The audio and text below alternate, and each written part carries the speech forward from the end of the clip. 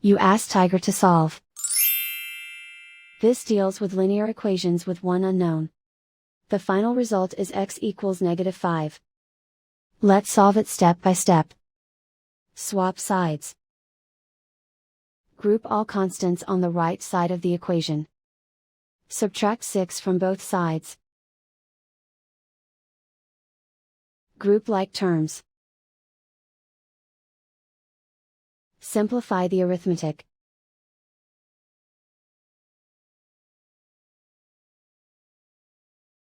Isolate the x. Divide both sides by -2. Cancel out the negatives. Simplify the fraction. Move the negative sign from the denominator to the numerator. Find the greatest common factor of the numerator and denominator. Factor out and cancel the greatest common factor. And so the final result is x equals -5.